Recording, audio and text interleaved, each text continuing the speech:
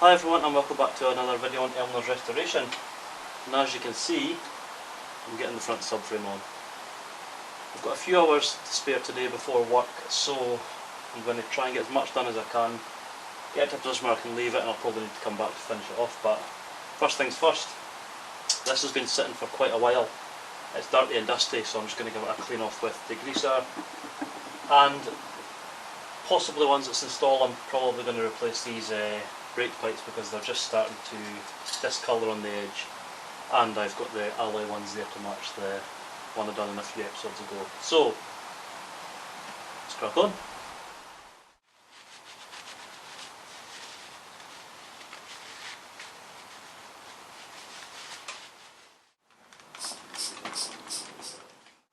For tower bolts, I have no idea where I've put mine. They did need a refurb, so I've picked up some second-hand ones that quite clearly need cleaned, which I'm going to do just now. And there we go, cleaned up. Not new, but good condition, and can't go wrong for £4. Okay, now that I've got them cleaned up, I'm just going to go over what I'm going to need to put the subframe onto the shell. So, firstly, mounts. To attach the rear of the subframe to the toe board. Now, I'm not going to get into what type of mounts are best. There's a lot of different opinions out there. I've went for the rubber ones for the toe board end. Some people go solid mounts, some people go poly, but yeah, I've went for these. End of the day, if I don't like the feel of them down the line, I can just change them. Bolts, tower bolts that you've just seen cleaned up.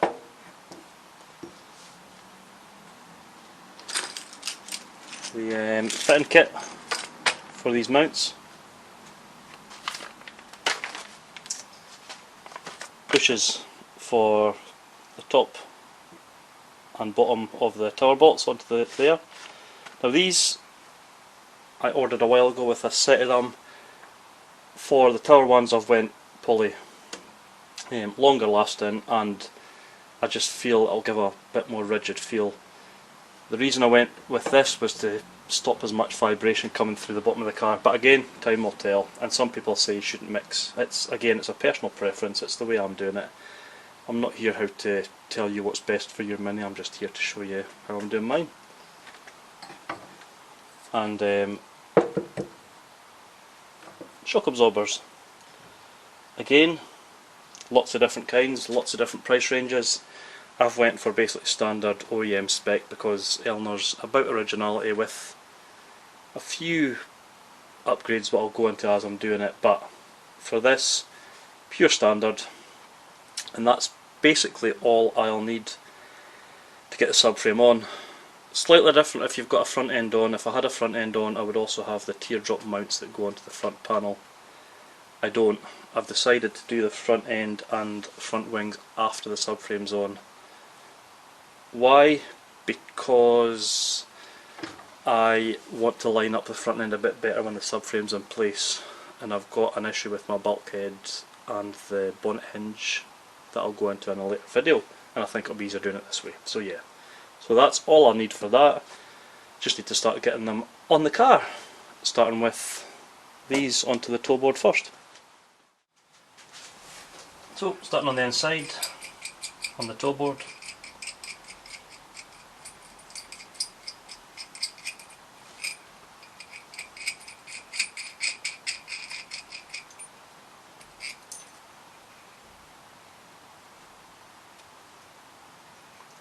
Plastic washers here. Now I'm thinking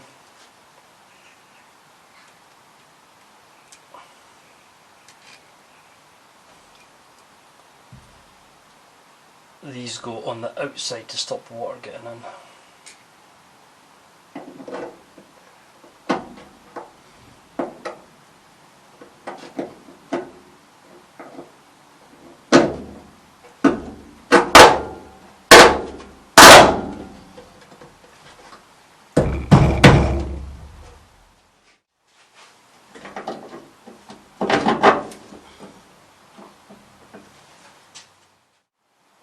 onto the front mounts. So I could be wrong, but logically I'm guessing the plastic seals or the plastic washers go in between the toe board and the mount to stop any liquid getting in, like that. Then just simply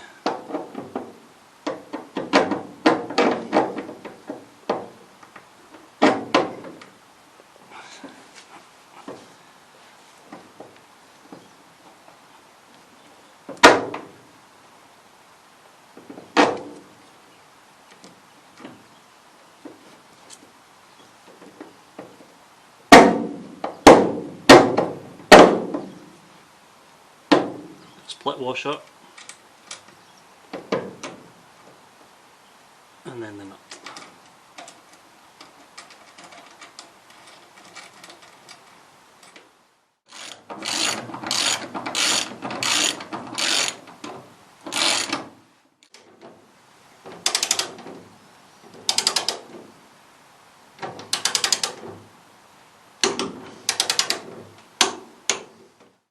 As you can see here, I've mocked up a pallet, I've got 2 trolley jacks and I've got a motorbike stand just to keep that level, and it means I can control how I put each part of the pallet up in different angles. So it's obviously easier if you've got more than one people, but I don't, I'm on my own. So yeah, I'm at a stage now where I'm just going to get the tower bushes in place and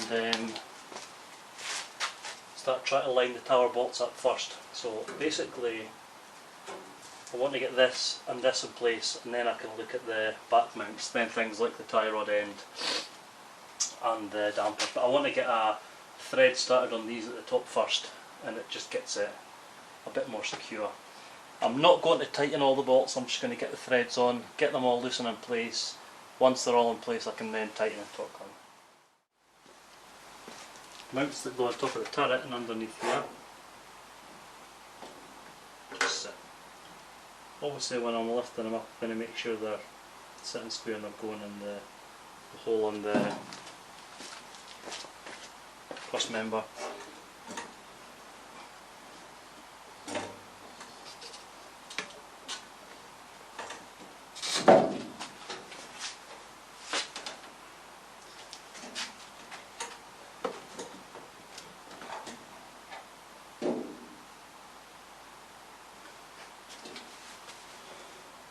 So the process, that's good, I can see them through there. I just need to get the subframe a bit closer up.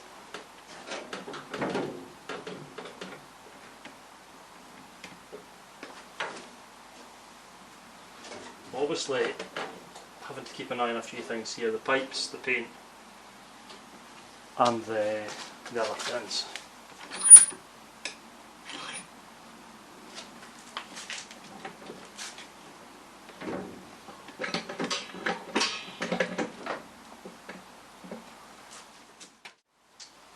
The tower bolts, what I've done is I've, as usual, put copper grease on, future-proof them.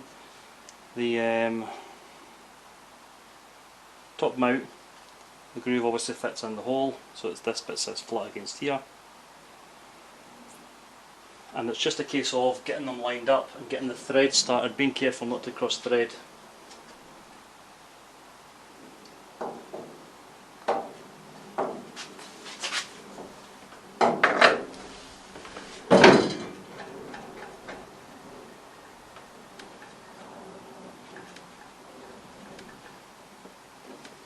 So that's one started already.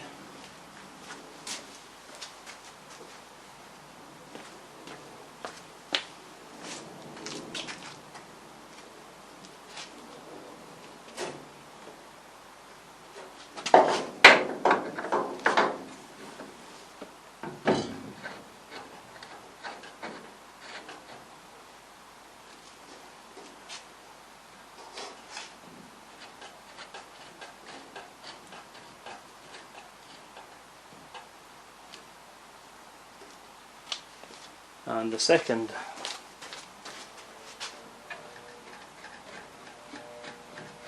was the good bit because I could see the top and I've got plenty of access. The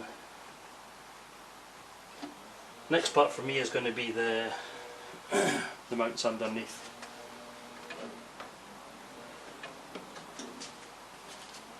And what I'll do is I'll get the small camera and I'll give you a look to see the kind of access I'm dealing with.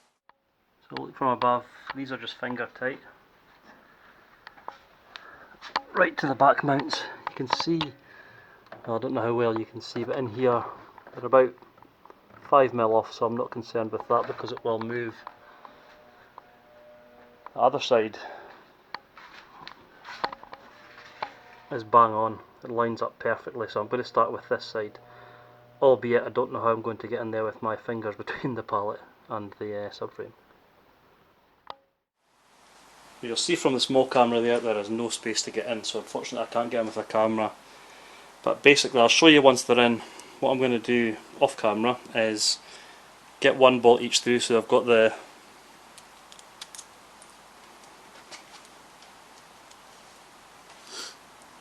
bolt of the washer, goes through the subframe and the mount, then you've got the split washer in that.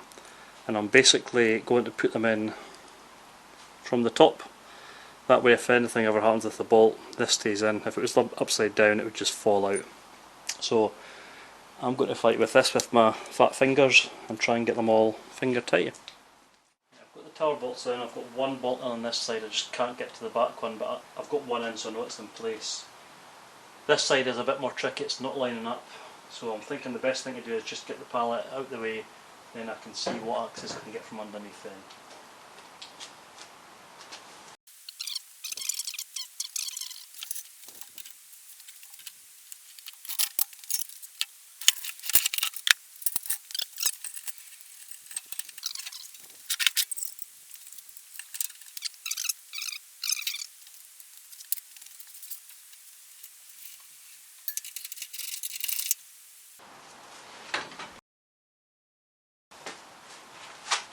So yeah, that side is sitting lovely. This side needs pushed up. For some reason it didn't sit as good. It's quite a bit off. So, wasn't too bad, bit fiddly, but this side I've managed to get in on the underside for the mounts. That side's on, tightened with a spanner. I just need to torque this and the tower bolts, and that's those bolts on.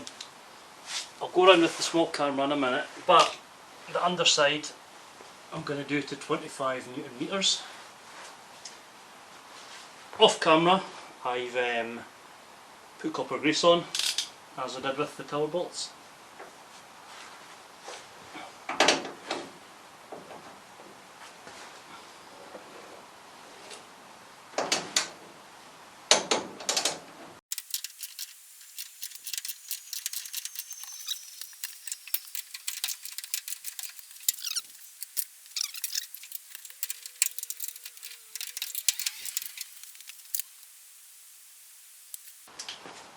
Tower bolts, I'm told, are 6 to 7 Newton meters.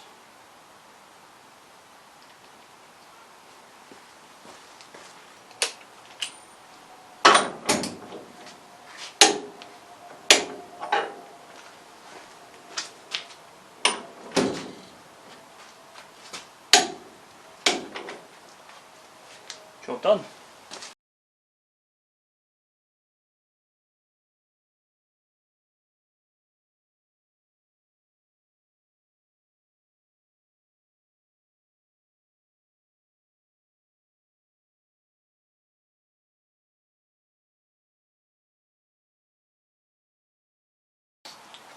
Right, next on my list is the shock absorbers. Now I toyed with wait until the car was back on wheels for this because it's full stretch here, and if I jack this up at the moment from under here it just lifts the whole car because it's so light.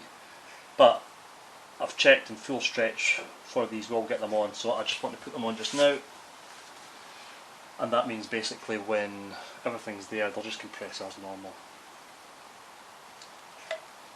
So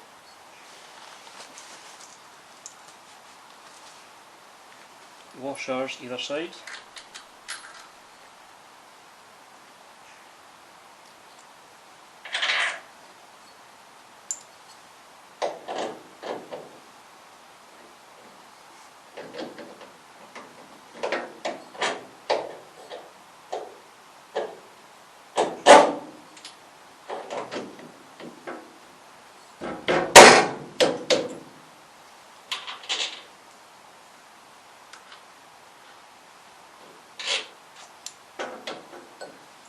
and I'm just going to copper grease these threads.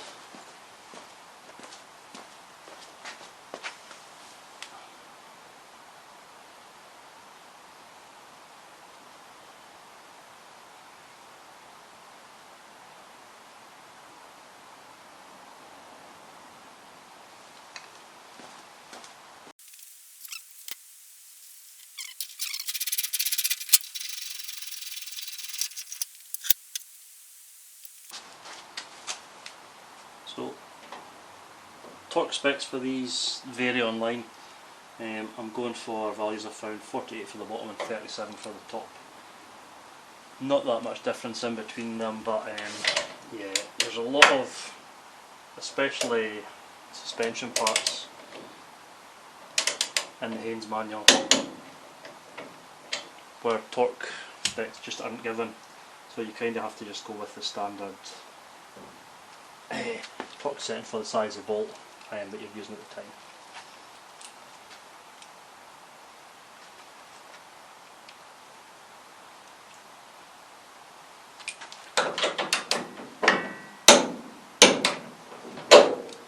There we go.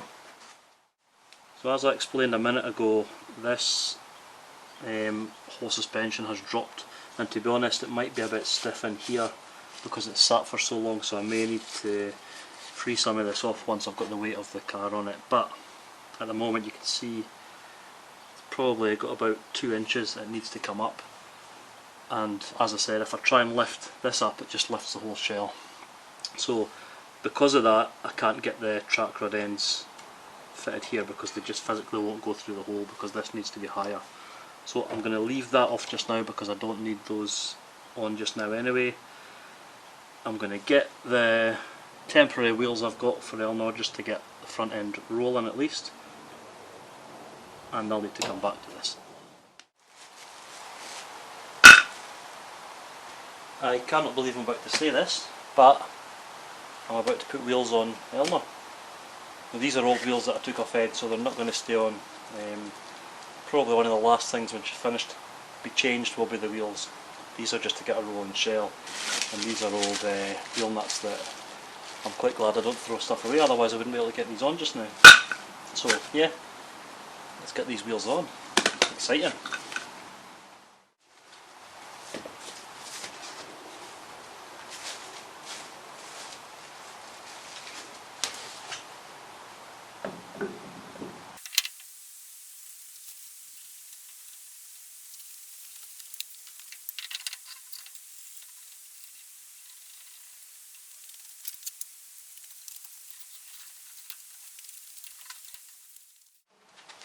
And there we have it, the front subframe is installed, until obviously I can get the wings, the front panel and stuff on, but it's still up on the pallet because I need to get the rear subframe on, which is next. Can't say I'm looking forward to that as much. I think it's going to be a bit more fiddly, the fact that it's not a genuine rear subframe, although it did fit relatively good when I done the floor mock-up. But with stuff on it and all the stuff I've done to it, we'll see how it goes. Only one way to find out. I'll get round it whatever the problem is. But yeah, really pleased with the way this has went. I've chipped away at this for the last 5 days, just an hour and a half each day, and it's done. So all progress in the right direction. So yeah, really pleased. I'll end that one there. I'll say thanks for watching, take care, and I'll see you in the next video. Cheers!